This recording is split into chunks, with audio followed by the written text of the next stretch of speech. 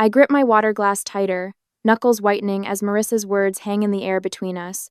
"So next week I'll be moving into your place," she says with a casual smile, as if announcing she's switching to almond milk or taking up jogging, just until I figure things out. The champagne pops open beside me, my father beaming as he pours the bubbling liquid into crystal flutes I've never seen before. My mother's china, the set she saves for Thanksgiving and Christmas, gleams under the chandelier light. The table arrangement should have been my first clue. Something was happening. Marissa seated at the head of the table. The formal settings, the champagne chilling. This isn't Sunday dinner. It's an ambush. "I've already started packing," Marissa continues, accepting a flute from Dad with a gracious nod. "It shouldn't take more than a day to get everything moved in." My parents exchange pleased glances across the table, nodding along as if this is the most reasonable plan in the world. As if my consent is merely a formality, already given. "To new beginnings," my father says, raising his glass. Everyone lifts theirs in response. Everyone except me. The garage boxes make sense now. 3 days ago, I'd found them stacked against the wall, oversized plastic tubs labeled Marissa's winter clothes and Marissa's books. When I texted her about them, she'd brushed it off. "Just temporary storage," she said. Just until she found more space in her apartment. I should have known. Just like I should have known what it meant when I confronted my parents about paying Marissa's rent for the 3rd time this year. "She's going through a rough patch," Mom had said, waving away my concerns. "That's what family does, we help each other." I hear my mother's voice from last week, the phone call I wasn't supposed to overhear while waiting in her kitchen. "Eden is so lonely in that big house," she'd told Aunt Sarah. "She needs her sister's company. It's perfect timing, really. Perfect timing. As if my life exists solely to accommodate Marissa's latest crisis." I set my water glass down carefully, reaching for my purse on the floor beside me. The trembling in my hands has nothing to do with nervousness and everything to do with fury. "Why do you look so serious?" Marissa laughs, her eyes darting briefly to our parents. "This is good news for both of us. You get company, and I get to save on rent for a while." My fingers closed around the manila envelope I'd brought, the one I'd almost left in the car, thinking tonight wasn't the right time. But there is no right time with my family. There is only their time, their plans, their expectations. The tremor in my hand steadies as I place the envelope on the table. "Actually," I say, my voice calmer than I feel, "I have news too." My parents' expressions shift instantly. My mother's smile falters, eyes narrowing slightly. My father lowers his champagne glass, forehead creasing with concern. The change is subtle but unmistakable, the united front forming against the daughter who isn't following the script.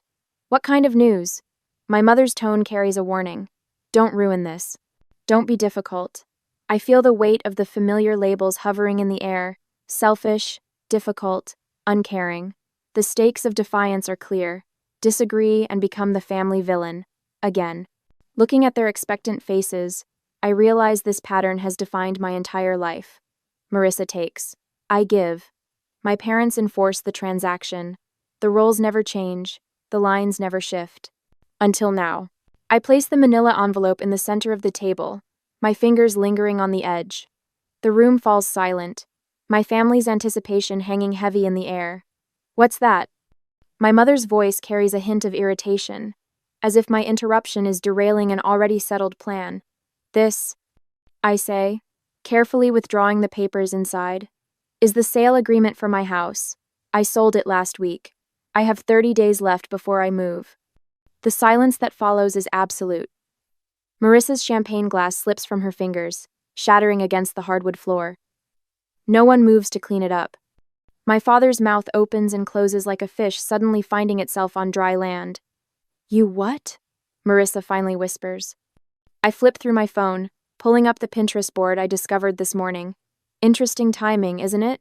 While you were planning to move in, Mom and Aunt Sarah were already designing your future bedroom in my house.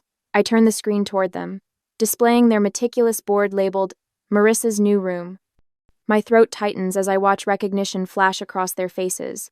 9 years of saving every possible penny, working overtime, sacrificing vacations and new clothes, all to afford that house, my dream home.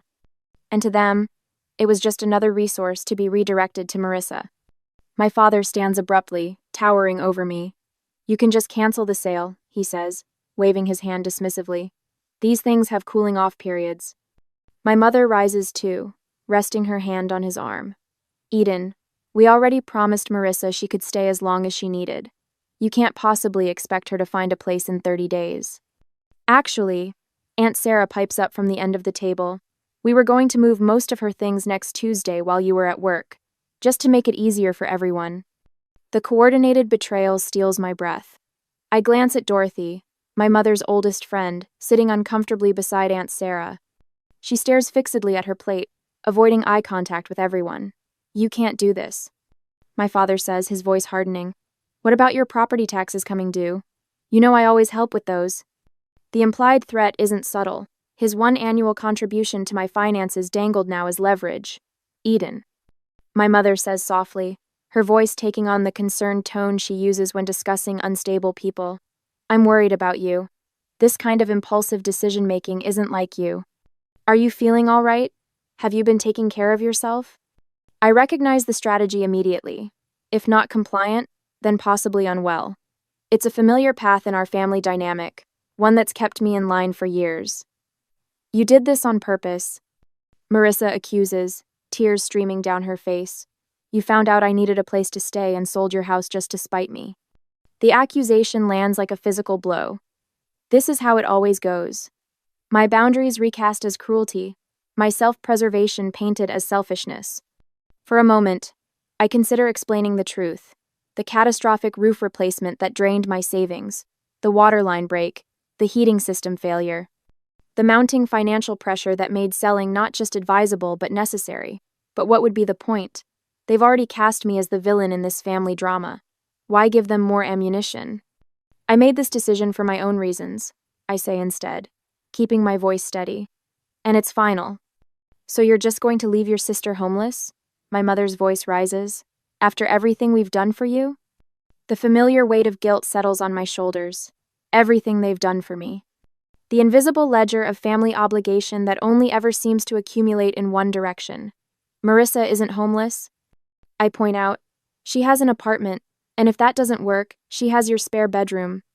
That's not the point, my father interjects. Family helps family. Period. Anyone. The unspoken remainder of that sentence hangs in the air, and you're not being family. I think, I say carefully, gathering the sale papers back into the envelope, that we have different definitions of help. Under the table, I feel a gentle squeeze on my hand. Dorothy, still avoiding eye contact with everyone else, whispers so quietly I almost miss it. Good for you. It's a small validation, but in this moment, it feels monumental. One person in this room doesn't see me as selfish or cruel for protecting myself. As I sit there with my family's accusations hanging in the air, I wonder whether I should explain the financial struggles that forced me to sell my beloved home, or simply hold firm without justifying my decision. Would sharing my vulnerability help them understand, or just give them new ammunition to use against me? The first call comes Tuesday morning while I'm fixing my coffee. Aunt Sarah's name flashes on my phone screen, unusual for a weekday before 9. Eden, honey, I just talked to your mother. Her voice carries that particular tone, the one reserved for funerals and family scandals. Is it true you sold your house just to keep Marissa from staying with you? My coffee sloshes over the rim of my mug, scalding my fingers. What? Marissa called me in tears last night, said you sold your beautiful home out of spite, knowing she needed a place to stay. The burning on my hand fades as a different heat rises in my chest. That's not what happened. Your sister will be homeless, Eden. I never thought you could be so cruel. The calls continue all day. Uncle Robert, Cousin Jennifer, even my father's golf buddy Chuck, whose connection to this situation escapes me entirely. Each conversation follows the same script. Marissa's desperate situation, my apparent heartlessness, their profound disappointment in me. While preparing dinner, I make the mistake of checking Facebook. Marissa's latest post appears at the top of my feed. The hardest lesson in life is learning who truly has your back when times get tough. Family should be forever, not just when it's convenient. 27 sympathetic comments follow, including one from Mom. We're here for you, sweetheart. Always. The knife in my hand chops carrots with increasing force. The final blow comes Thursday, when my colleague Lisa stops by my desk, her expression pinched with concern. I ran into your sister at Starbucks this morning, she says, lowering her voice. She told me about the house situation. If you need help finding her temporary housing, my church has a program. The carrot pieces on my cutting board splinter under the blade. What exactly did Marissa tell you? Lisa shifts uncomfortably. Just that she's facing homelessness because of some sudden decision you made. She seemed really upset. My jaw tightens so hard it aches. Thanks for your concern, Lisa. But Marissa isn't homeless. She has an apartment, and parents with a 4-bedroom house. After Lisa leaves, I lock myself in the bathroom stall, hands trembling as I text my sister. Stop telling people I'm making you homeless. It's a lie and you know it. Her response arrives instantly. You're selling the house I was counting on. What would you call it? The roof replacement came first, $11,000 I hadn't budgeted for, when the March storms revealed leaks in 3 different rooms. I emptied my vacation fund and took a small loan, telling myself it was a one-time emergency. Then the water line broke in April. $8,200 for emergency repairs and landscape restoration. I canceled plans to visit my college roommate in Arizona, picked up weekend marketing work for a local realtor, and ate ramen for dinner more nights than I care to admit. The heating system failure in June was the final blow, $5,000 I simply didn't have. Each night after work, I'd sit at my kitchen table, surrounded by spreadsheets and bank statements, calculating and recalculating figures that refused to balance. The crying started around then. Silent tears that came only after midnight, when I was certain no neighbors walking dogs might glance through my windows and see the truth that the woman they waved to each morning, the one who always appeared composed and capable, was falling apart behind closed doors.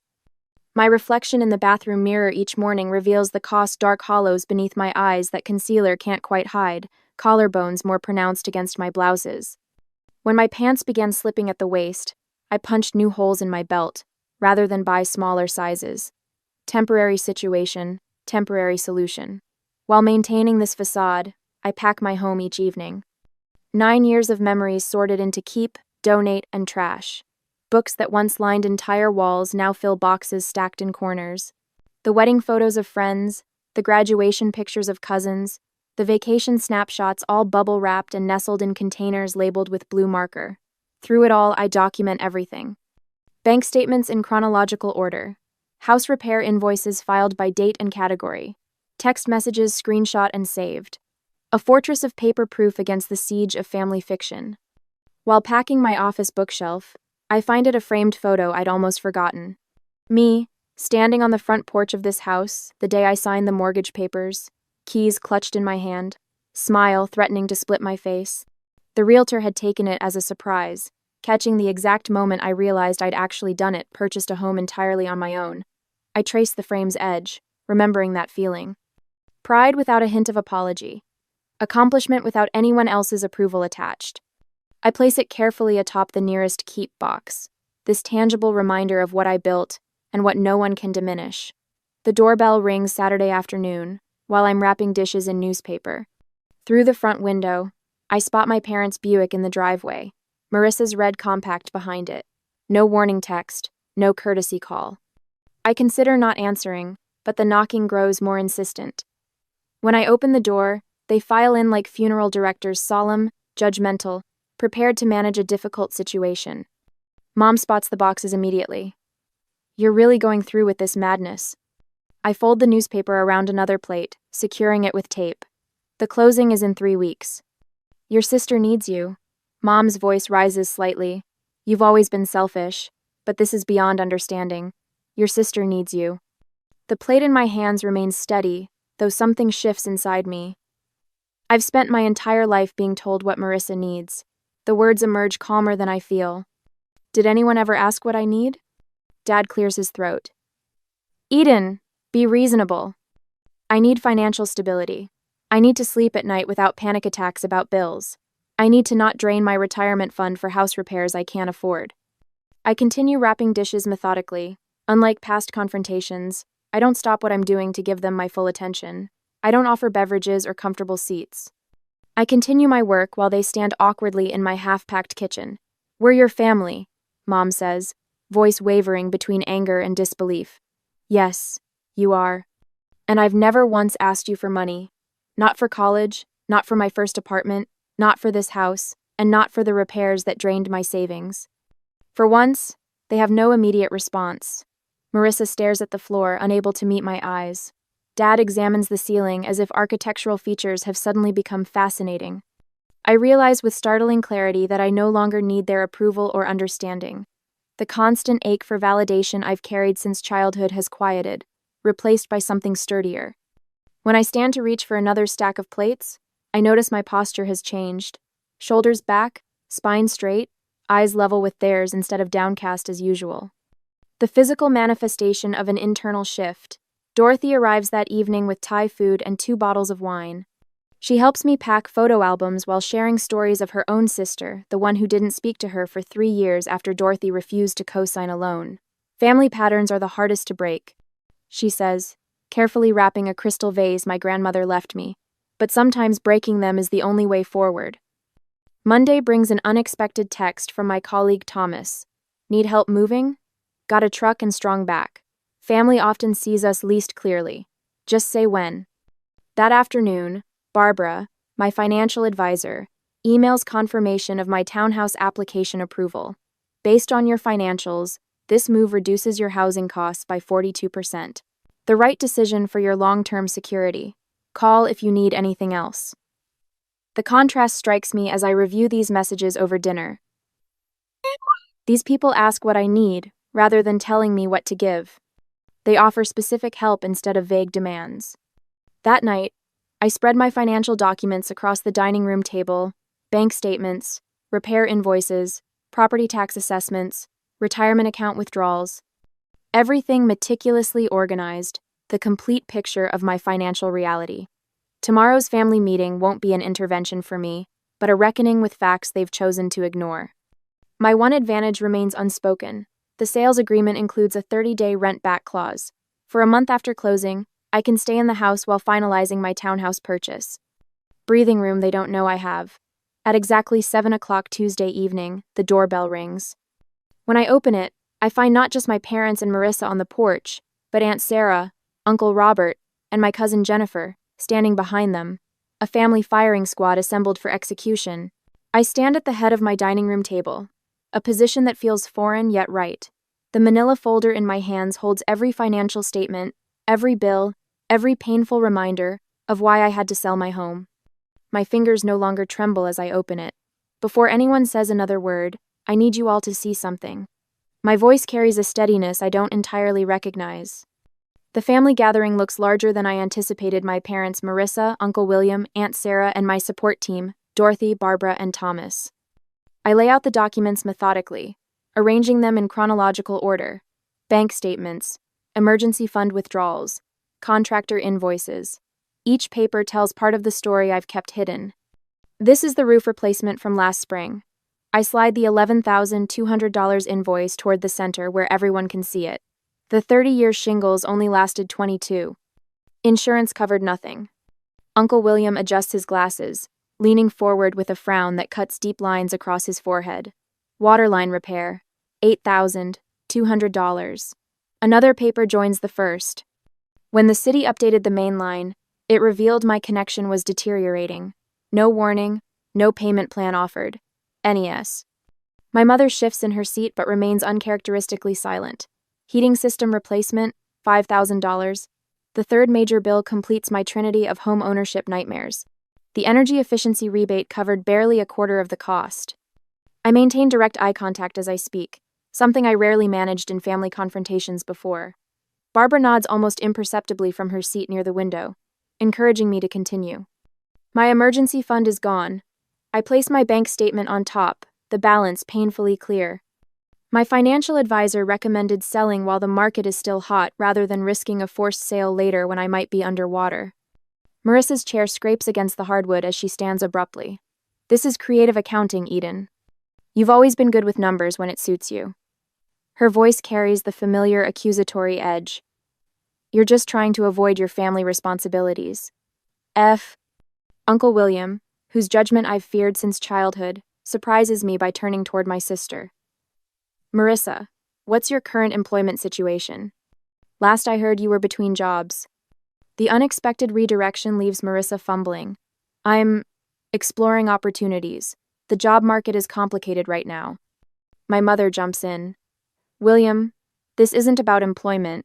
Family duty exists regardless of finances. Eden has always had that beautiful house with all that extra space. Speaking of space, Aunt Sarah interjects, her reading glasses perched on her nose as she examines my heating bill. Why can't Marissa stay with you and Roger? You have that guest room you just redecorated. The conversation shifts like a current, pulling away from me and swirling around the room as family members begin questioning the arrangement I've endured my entire adult life. Dorothy clears her throat. I've known this family for 20 years. Eden bought her house without any family financial support. Meanwhile, I've watched Marissa receive help with rent, car payments, and credit card bills repeatedly. Her voice carries the weight of long observation. The pattern has been clear to everyone except those closest to it. Barbara straightens her blazer before speaking. As Eden's financial advisor, I can tell you that enabling financial dependency ultimately harms both parties. The one giving depletes their resources, while the receiver never develops crucial life skills. Thomas, sitting quietly until now, leans forward.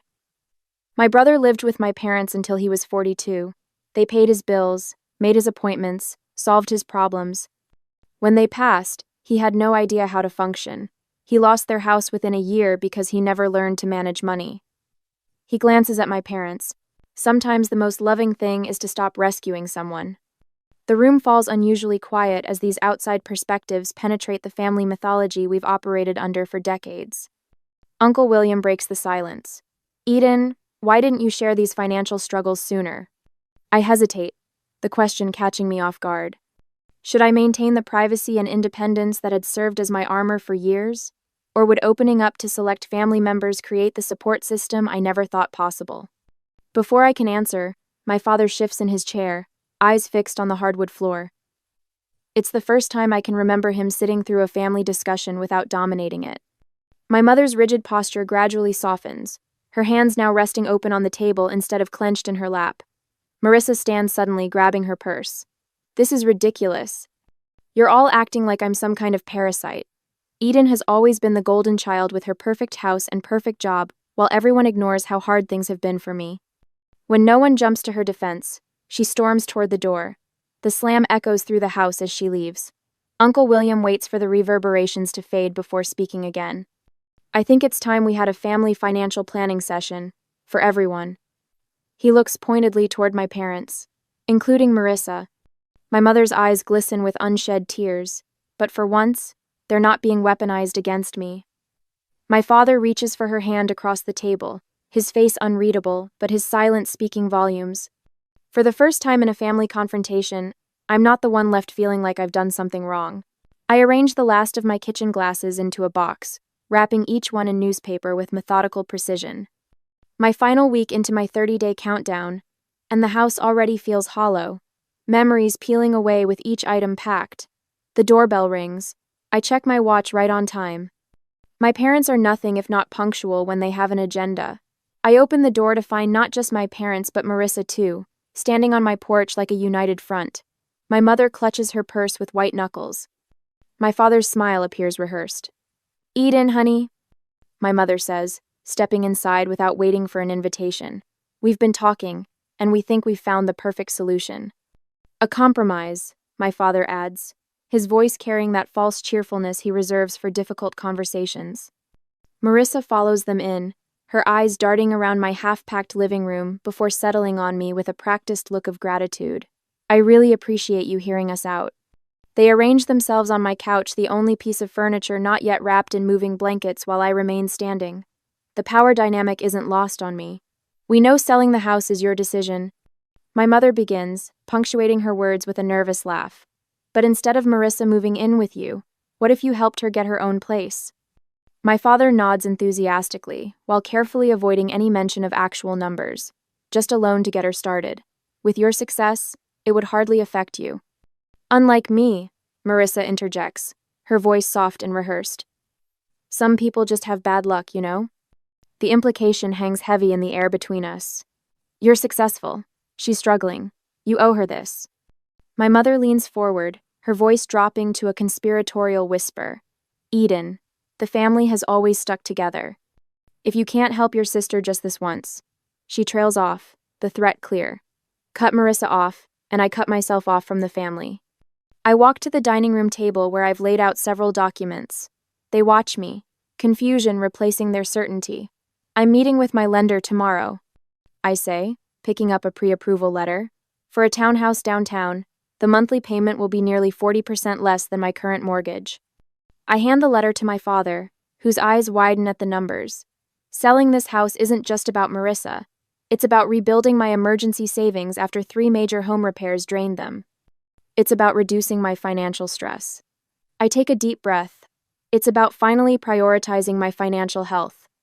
My mother starts to speak, but I hold up my hand. I can't support Marissa financially, I continue, but I can help her support herself. I pull a business card from my pocket and hold it out to Marissa. She stares at it without taking it. Our marketing department has an entry-level position opening next week.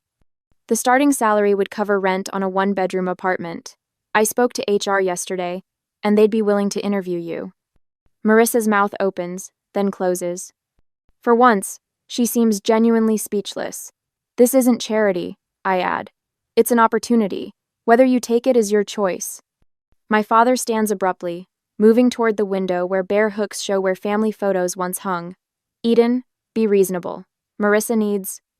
No, I interrupt, walking to the coffee table where I've placed a manila folder. This is what being reasonable looks like. I am C of no. I open the folder and pull out a spreadsheet, placing it on the table between us. The itemized list contains every financial gift my parents have given Marissa over the past 5 years. Car payments, rent supplements, credit card bailouts. The total at the bottom, circled in bright red, makes my mother gasp. I compiled this from the conversations you've had in front of me. I suspect the actual total is higher. My father picks up the paper, his forehead creasing as he studies the numbers. This isn't love, I say quietly. It's dependence, and it's hurting both of you. My father opens his mouth to object, then falls silent, his eyes fixed on the spreadsheet. We just wanted to help her, my mother whispers, tears welling in her eyes. The best help is teaching someone to stand on their own, I reply, my voice steady despite the hammering in my chest. You taught me that once, remember? When I wanted to quit college because it was too hard? The memory hangs between us, my father refusing to let me move back home, when calculus overwhelmed me, insisting I find a tutor instead. We're doing you no favors by making life too easy, he'd said then. Strange how principles change when applied to different daughters. The silence stretches, broken only by the sound of packing tape from the box I'd abandoned when they arrived. Finally, my father puts his arm around my mother's shoulders. We should go, he says quietly. They walk to the door, my mother not quite meeting my eyes. Marissa hesitates, looking back at the business card still in my hand. I don't need your charity job, she says, but there's less conviction in her voice than usual. I place the card on the entryway table. It's not charity, it's opportunity. She turns away, but as she follows my parents out, I catch her slip the card into her purse when she thinks I'm not looking. The door closes behind them. I stand in my half-empty living room, listening to their car start and pull away. The silence feels different now, not hollow, but open, expansive. I sink onto the couch, running my hand over the familiar fabric. Tomorrow it goes into storage until I move into the townhouse. 9 years of memories in this house, and now an uncertain future lies ahead. I feel both liberated and isolated, triumphant and alone. The family dinner next month looms in my mind. Will they even still want me there? Has this confrontation permanently altered our relationships? The answering machine light blinks with 3 new messages. Probably more relatives calling to weigh in. I ignore it, focusing instead on the business card Marissa took. One small step. Perhaps the first of many. I stand in the center of my downtown loft, savoring the space around me. Sunlight streams through the industrial windows, warming the hardwood floors beneath my bare feet. 3 months ago, this place felt foreign, a compromise rather than a choice. Now it feels like the home I never knew I needed. Another box checked off the budget, I tell myself, updating my financial tracking app. My mortgage payment appears in green, a full 30% less than what I paid for the Craftsman. Barbara's weekly check-ins have transformed what was once my greatest source of anxiety into a structured ritual I actually look forward to. The kitchen island holds my newest purchase, a professional-grade camera that would have remained a distant wish in my old financial reality. My first photography class starts tomorrow evening, the course catalog still open on my tablet. I run my fingers over the camera's textured grip, permission to create rather than just survive. My phone buzzes with a reminder. Sunday dinner at my parents'. I feel the familiar tightening in my shoulders, then consciously release it. These dinners have changed, just as I have. Later, I step through my parents' front door carrying a bottle of wine, rather than my usual tension headache. Dad greets me with a hug that feels genuine instead of perfunctory. "Eden, come see what your sister brought," he says, his voice carrying none of the comparative undertones that once filled our interactions. In the dining room, Marissa arranges flowers in a simple vase. She looks up, her smile reaching her eyes. "They gave me my first business cards today," she says, pulling one from her pocket. "Assistant marketing coordinator. Sounds fancy for someone who mostly makes coffee runs, but I'm learning so much." She hands me the card proudly, without the defensive edge that once colored her accomplishments. My mother appears in the doorway, carrying a casserole that isn't placed strategically closer to Marissa's place setting. "Tell us more about the social media campaign you mentioned last week," Mom says, looking directly at Marissa. Then she turns to me. "And Eden, how was your photography class?" I blink, still adjusting to the novelty of balanced attention. As we eat, I notice my father asking thoughtful questions of both daughters, not just fawning over Marissa's every word. 1 week later, laughter fills my loft as Dorothy raises her glass. "To homes that shelter us and boundaries that protect us," she toasts. Around my coffee table sit Thomas, Barbara, Uncle William, and me, my chosen family, alongside the blood relative who surprised me most. Dorothy presents me with a frame containing 2 photos, me signing my original mortgage papers 9 years ago, and me holding the keys to this townhouse. 2 brave beginnings, she says softly. 2 very different women, I add, recognizing how much I've changed. The following weekend finds Marissa and me at my kitchen table, surrounded by spreadsheets and calculator apps. "So if I put away 15% of each paycheck, I could have first and last month's rent by January," she says, chewing her lip as she runs the numbers again. Our parents sit on my sofa, watching this scene with a mix of pride and regret. "We should have done this years ago," Mom admits quietly. "We thought we were helping, but we were hurting both of you in different ways." Dad nods, his eyes revealing the difficult journey of unlearning decades of enabling behavior.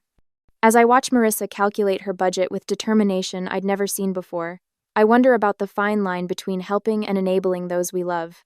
Is it ever possible to find the perfect balance between supporting family and maintaining healthy boundaries? Or must we sometimes allow others to struggle so they can truly grow? I step out of the rideshare, my shoulders finally relaxing after the 3-hour flight from Seattle. The afternoon sun warms my face as I tighten my grip on the gift bag containing a silk scarf for Mom Robin's egg blue, her favorite color. My other hand clutches my laptop bag with the contracts for the $2.3 million marketing deal I just closed. I can't wait to tell everyone. My smile freezes mid-formation. 15 black garbage bags stand in perfect formation at our front gate like silent sentinels. Not the small kitchen kind, the industrial-strength contractor bags, bulging and tied with precision. Behind them, my mother and 3 siblings form a human wall on our front lawn. Mom's arms are crossed, her chin lifted slightly in that way that always made my stomach tighten as a child. Marcus, Elise, and Darren flank her like loyal lieutenants. Mrs. Peterson across the street has stopped deadheading her roses to watch. The Millers have paused their car washing. My family has always been private about our conflicts. This public display means something catastrophic. "What's going on?" I ask, my voice sounding distant to my own ears. Mom's face remains perfectly composed. "Kendra, you're 26. It's time to be on your own," she announces with the same tone she might use to comment on the weather forecast. "The bags contain your things." I blink rapidly, the significance of the scene taking seconds to process. The contract in my bag, the one that would finally prove my worth to them, suddenly feels weightless against the weight of this moment. After Dad died when I was 8, his will split ownership of our family home equally among us all, though Mom retained the deed. I remember sitting in Mr. Caldwell's office, swinging my legs on the too tall chair as he explained I owned 1/5 of our house. My siblings never let me forget how they all moved out by 23, starting real adult lives while I lingered at home. Never mind that I pay more than my share of utilities and property taxes. Just last week before my Seattle trip, Mom had been uncharacteristically distracted when I mentioned my potential promotion. Now I understand why this had been in motion for weeks. Why now? Why like this? I ask, my voice steadier than I feel. You couldn't have given me notice? Marcus steps forward, hands in his pockets like he's about to deliver reasonable news. It's to teach you responsibility, Kendra. You need this push. Mom sighs as if I'm being deliberately obtuse. The house is sold. The new owners want immediate possession. 5. The world tilts slightly. Sold? Without consulting me? I'm a legal co-owner. My voice has found a new steadiness I didn't know I possessed. The contract in my bag feels heavy again, but differently, like armor rather than proof. You're being dramatic, Mom says. We've discussed this for months. Not with me, you haven't. My siblings avoid eye contact, suddenly fascinated by the hedges, the sky, their shoes anywhere but my face. Mom purses her lips, the faintest wrinkle of annoyance appearing between her eyebrows. Your share of the proceeds will be reduced, of course, she says. You've stayed much longer than the others. We've calculated the difference in rent you should have been paying all these years. The full scope of what's happening crashes over me in waves. My home? Gone. My inheritance? Diminished. My family support? Non-existent. All while I was working to close the biggest deal of my career. I walk to the bags, opening the nearest one. My winter sweaters. The next contains books. The third, shoes, and I pull it out the silk scarf I bought for Mom, crumpled between my worn running shoes and bathroom cleaning supplies.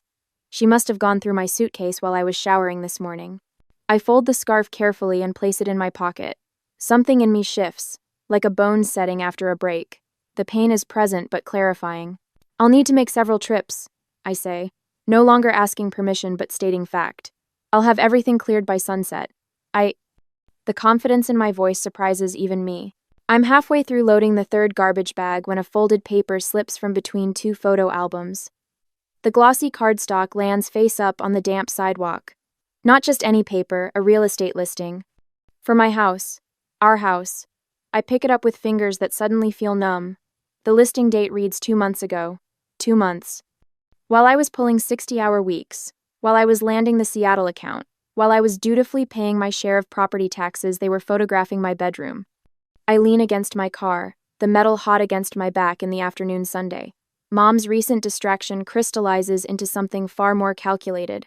Her casual questions about my work schedule, her unexpected book club meetings that required privacy, the strange man I glimpsed in our living room who was introduced as Carol's husband from church, despite Carol being unmarried. My phone buzzes. A text from Elise appears. Just checking if you need help moving your things. Marcus said you're being difficult about everything. I tap to open our sibling group chat, scrolling back through messages I missed while in Seattle. They've been planning this for weeks. Screenshots of the listing. Discussions about timing. Marcus suggesting they wait until I had that big meeting thing, so I'd be too busy to make a scene. A new text notification slides down from the top of my screen. Harper. Any update? My spare room is ready whenever you need it. I squint at the listing photos again. There's my bedroom with the blue comforter I've had since college. My desk with the framed photo of Dad and me at the lake. My closet door ajar, showing the dresses I only wear for client meetings. All photographed while I was working, unaware that strangers were evaluating my personal space. Need any help? Mrs. Peterson calls from across the street, pruning shears still in hand. I'm fine, thank you. I answer automatically, the familiar mask of composure slipping into place. But I'm not fine, far from it. Later that evening, I sit cross-legged on Harper's living room floor, my laptop balanced on my knees. On the screen, my family's social media feeds display a celebration I wasn't invited to. You don't have to look at those, Harper says, setting a mug of tea beside me. It'll just make you feel worse. She's right, but I can't look away. Mom, Marcus, Elise, and Darren at Giovanni's, the expensive Italian restaurant downtown we only visited on special occasions. Champagne glasses raised in a toast. Mom's caption, "New beginnings for everyone." The timestamp shows they went directly from evicting me to celebrating with wine and pasta. Look at this, I say, turning the screen toward Harper. Elise has commented on Mom's post. So glad we finally got full value for the house. The market couldn't be better. Darren's reply appears below. Property values are projected to rise another 15% next quarter, but this was the right time. Couldn't wait any longer. I scroll further and freeze. Marcus has posted photos of the buyers touring the house while I was still in Seattle. Fresh start for everyone, his caption reads. Everyone except me. They planned all of this, I whisper, my voice strange in my ears. They waited until I closed the Seattle deal. They knew I'd be too busy to fight back. So, Harper's couch feels foreign beneath me, the borrowed blanket scratchy against my skin. My throat tightens as reality crashes in. I have nowhere to live. Rental listings on my laptop mock me with their prices. Average one-bedroom apartments in our city, $1,800 per month. My savings account shows a balance that would cover 3 months at most depleted from paying down my student loans while my siblings invested in property and retirement accounts. Tomorrow, I need to update my address with HR. My 6-month probation period after promotion isn't over yet. What will my boss think when I explain my sudden housing crisis? That I'm unstable? Unreliable?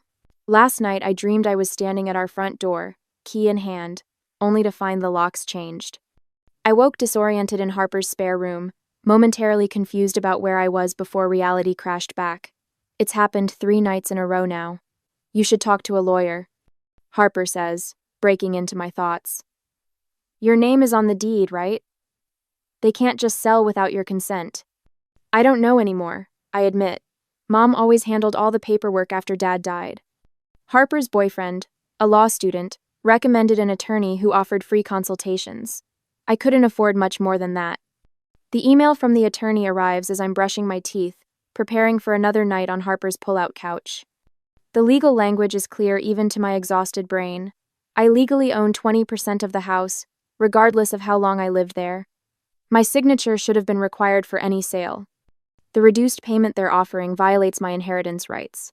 As I stare at the attorney's letter that evening, I wonder, should I demand my full share immediately and cut all ties with my family?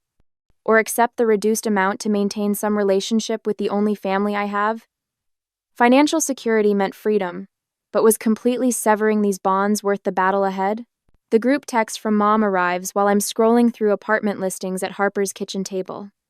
My phone buzzes against the wood, the screen lighting up with a message sent to every aunt, uncle, and cousin in our family tree. We've been forced to take drastic measures with Kendra. She refused to grow up despite our patience. Sometimes love requires tough decisions. My stomach contracts as if I've been punched. I set the phone down, fingers trembling slightly as I reach for my coffee mug. Harper glances over from where she's washing dishes, her eyebrows raised in question. Mom's rewriting history, I say, my voice surprisingly steady, telling the extended family I forced them to kick me out. Before I can process this, my phone buzzes 3 more times. Aunt Carolyn's annual Thanksgiving invitation rescinded. Uncle Peter's message expressing disappointment. Cousin Rachel suggesting I reflect on my choices. Family of vultures, Harper mutters, drying her hands on a dish towel. I swipe away from the messages, returning to apartment listings, but the screen blurs through sudden tears I refuse to let fall. Thanksgiving alone. Another consequence I hadn't anticipated. That evening, a notification pops up from a local buy-sell group. Mom has listed my childhood bedroom furniture. The oak dresser Dad refinished for my 8th birthday. The bookshelf that held my collection of Nancy Drew mysteries. All priced to move quickly, without so much as offering them to me first. I screenshot the listings and add them to my growing folder labeled Documentation. The apartment manager of yet another dingy studio frowns at his computer screen the next morning. His office smells of cigarettes and cheap air freshener. Outside the window, traffic crawls past on a street lined with fast food restaurants. There's an issue with your credit check, he says, not meeting my eyes. That's not possible.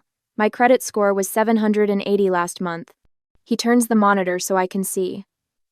5 unpaid utility bills from 3 years ago, all in my name, all tied to an address I don't recognize.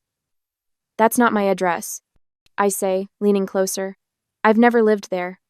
2 hours and 3 phone calls later, I discover Mom opened accounts using my social security number when I was in college. The address belongs to my brother Marcus. The unpaid bills total $3,700. That night, I stare at the ceiling above Harper's pull-out couch, my mind racing through calculations. The inheritance money hasn't arrived. My savings won't cover both security deposits and these sudden debts. The marketing deal's commission won't hit my account for 90 days. My phone chimes with an early morning text from the Seattle client. They need revisions on the implementation timeline. I've been awake for 27 hours straight. The next morning, I arrive at the office with concealer caked under my eyes. My presentation lacks the sharp focus that earned me the Seattle account. My boss notices, asks if everything's all right. I force a smile and blame it on a cold. That night, Harper hands me a leather-bound journal. For documenting everything, she says, legal stuff, conversations, financial records. Organize it now while it's fresh. I stay up until 3, creating timelines and listing financial damages. The journal becomes my anchor in the storm, something solid to grip when my mind spins with exhaustion and betrayal. By the 12th apartment viewing, the units blur together in a depressing parade of water stains and noisy radiators.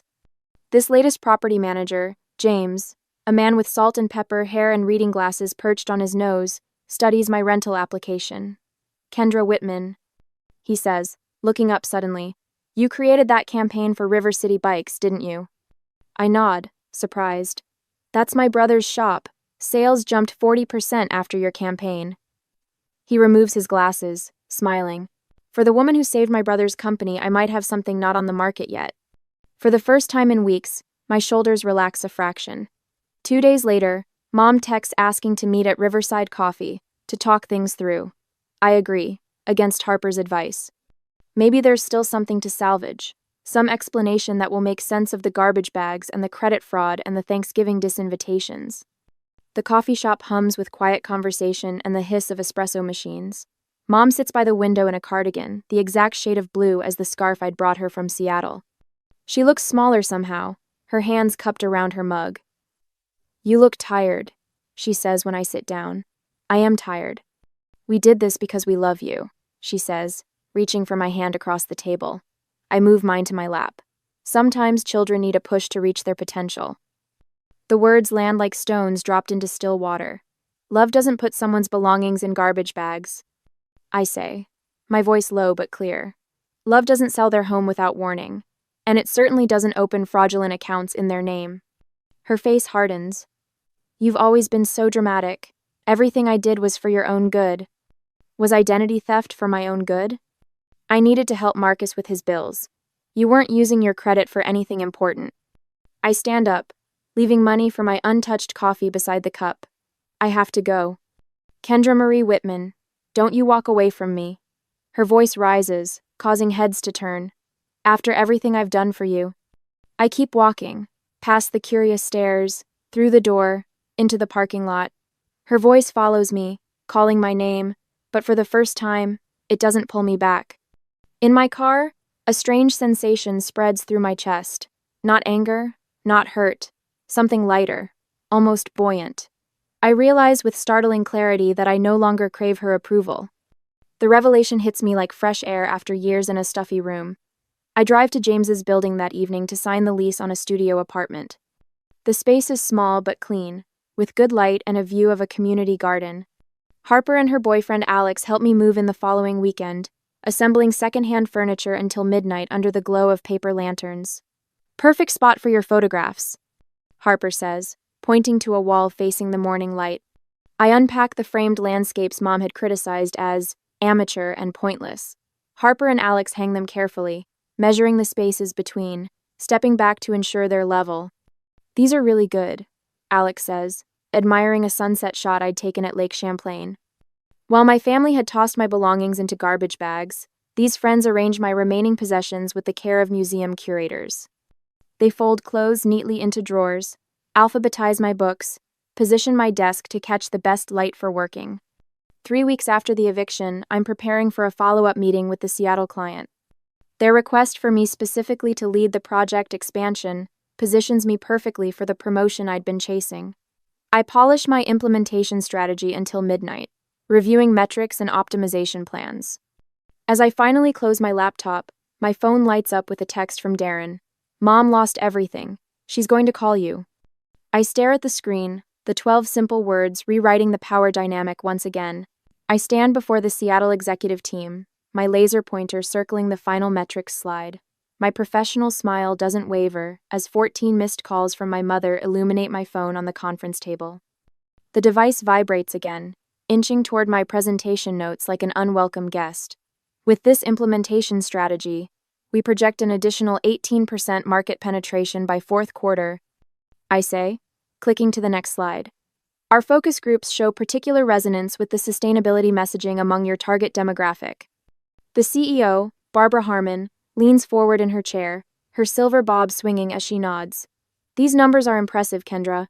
What about expanding into the Pacific Northwest educational sector? We've been eyeing that market. My heart beats faster, but my voice remains steady. I pull up supplemental slides I'd prepared after 3 sleepless nights in my new studio apartment. The walls still bare, except for a single framed photo of a sunrise. I anticipated that question, I say, revealing market analysis for university partnerships. We could expand the campaign with minimal additional resource allocation. The ROI projections indicate an $800,000 revenue opportunity with just a 12% increase in our current marketing spend. My phone buzzes again. Mom's contact photo, her standing proudly in front of our family home, the home she sold without consulting me, flashes mockingly. I slide the phone face down without breaking eye contact with Barbara. The meeting concludes with handshakes and approvals. As others file out, Barbara touches my elbow. That was seamless work, she says, her voice low.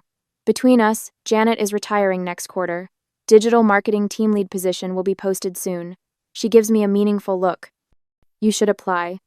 I'm halfway to the airport when I finally listen to my mother's voicemail, the rental car's unfamiliar dashboard glowing in the gathering dusk. Kendra, it's Mom. There's a family emergency. Call me immediately. Her voice lacks the urgency a true emergency would warrant. I've heard this tone before, the false crisis that demands attention on her schedule. I finish the drive to the airport, check in for my flight, and find a quiet corner in the terminal before returning her call. Finally, she answers on the first ring. I've been trying to reach you all day. I was in meetings, Mom. What's the emergency? A heavy pause follows, then a theatrical sigh. I need to tell you something difficult. The money from the house. It's gone. My fingers tighten around my phone. Gone? All of it? I invested it with Timothy Radcliffe, you remember?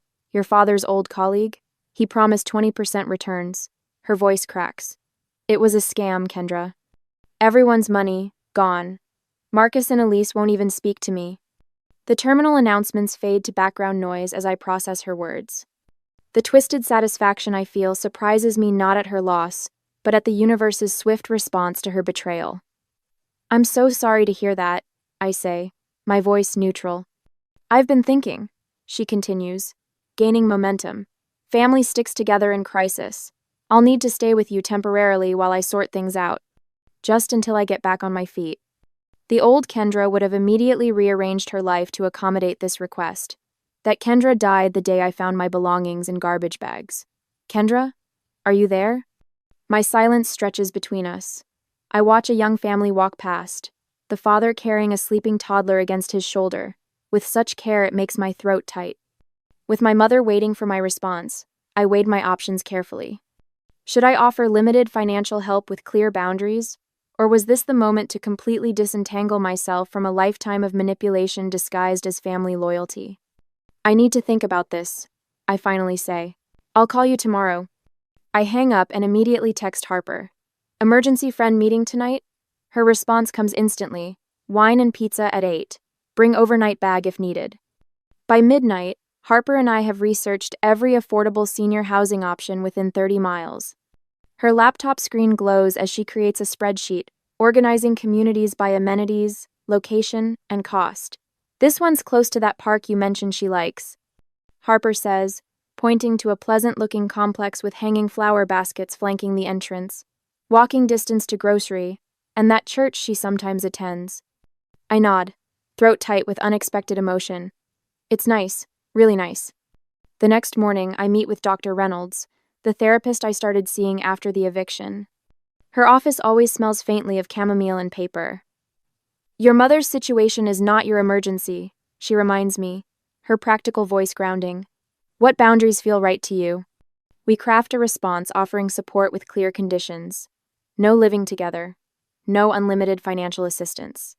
Family therapy sessions mandatory for continued help. You're not abandoning her, Dr. Reynolds says, as our session ends. You're offering healthy support while protecting yourself. For mine, I meet my mother at Riverside Cafe, rather than giving her my new address. The look of confusion on her face when I suggest this speaks volumes. The afternoon sun warms my back as I drive home, preparing to finalize the proposal. My phone rings with Darren's number, the first contact from any sibling since the eviction day. Kendra, he says, his voice uncharacteristically subdued. Has Mom called you?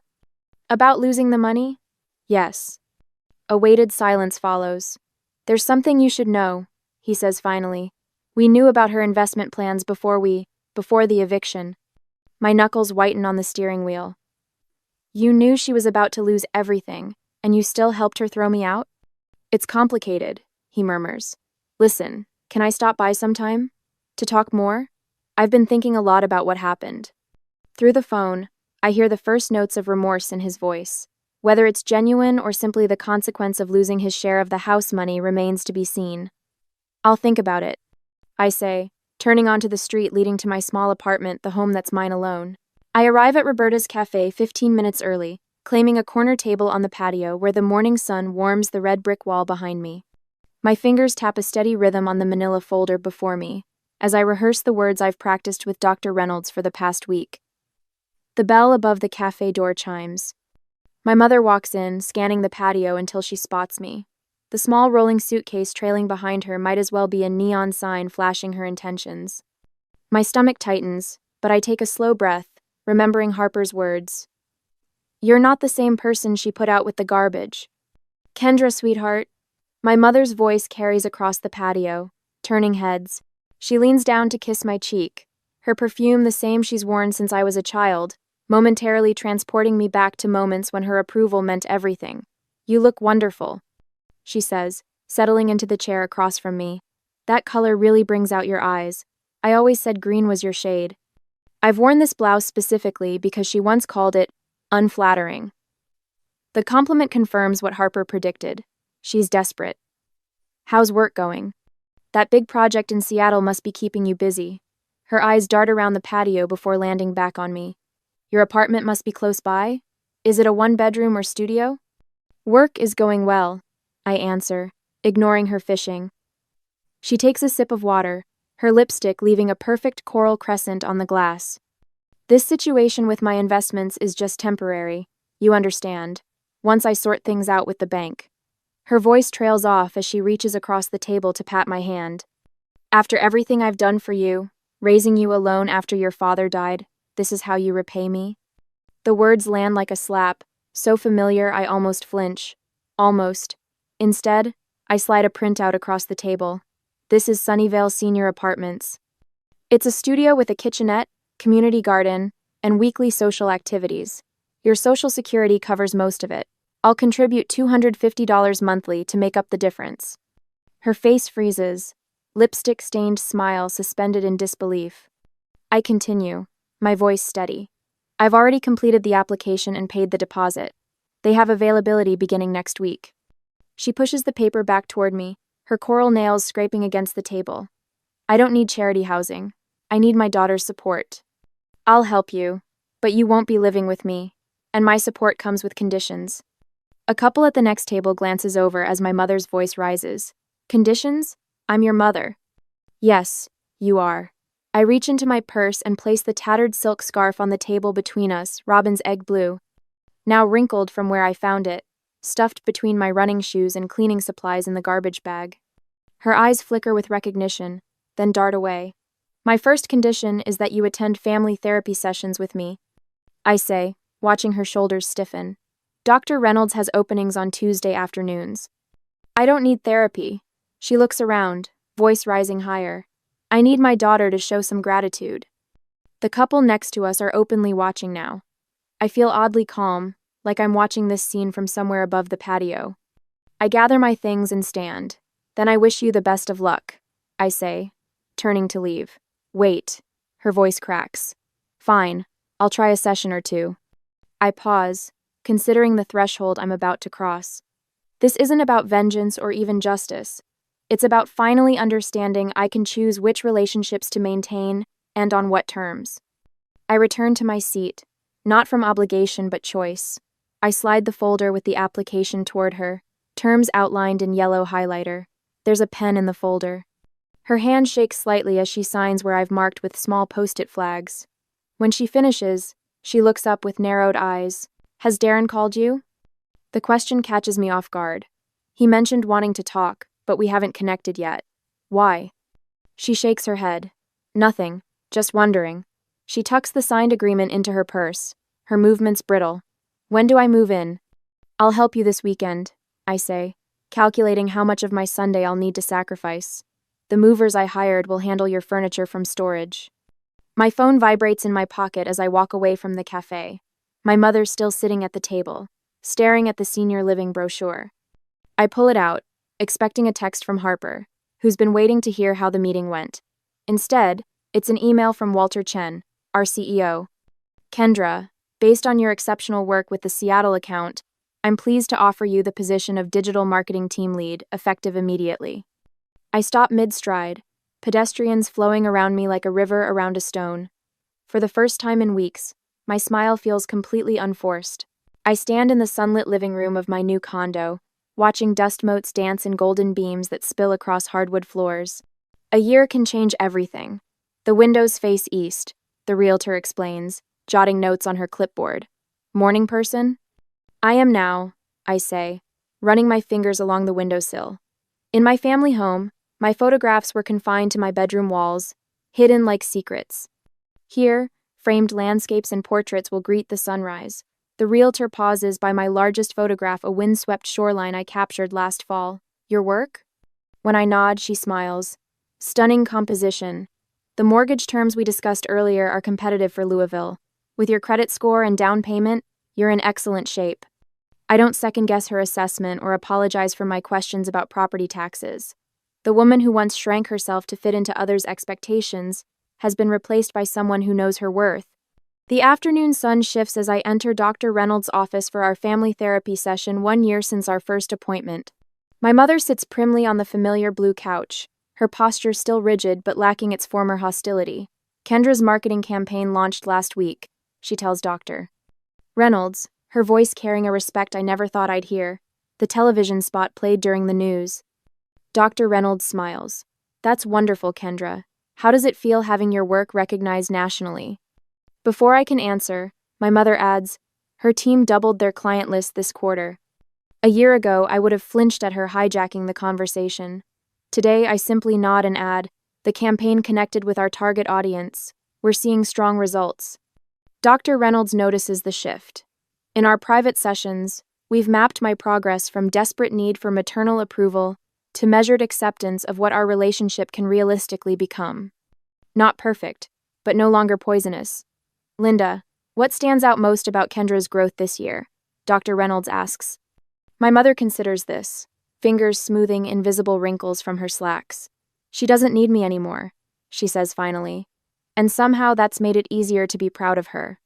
That evening, laughter fills my new home. Harper arranges a platter of cheese while Dr. Reynolds helps Darren hang string lights across the back patio. My brother looks younger somehow, 6 months of his own therapy softening the hard edges our mother cultivated. Harper raises her glass, her eyes bright with genuine joy. From garbage bags at the gate to this beautiful home all by your own strength. We clink glasses as my phone buzzes with an email notification. The director of marketing position I applied for last week. I'll read it later. Tonight belongs to celebration. After everyone leaves, I unwrap my final housewarming gift to myself. The framed photograph feels heavier than its physical weight deserves. 15 black garbage bags standing like sentinels at my mother's gate, captured on my phone that afternoon before I started loading my car. I hang it in my home office, where I'll see it daily, not as a reminder of betrayal, but as evidence of how far I've come. Below it sits a folder containing application forms for a small grant program I've created, funded from my promotion bonuses. Emergency housing deposits for young adults forced from their homes by family, no strings attached. As I hang that final photograph, I wonder if true healing comes from forgiveness or from building something new from the broken pieces. What matters more, making peace with the past or creating a future where those wounds no longer define you? The answer, perhaps, is in the question itself, the very fact that I can ask it without pain slicing through me. Sometimes the greatest freedom isn't forgetting the hurt, but transforming it into something that helps others find their way home.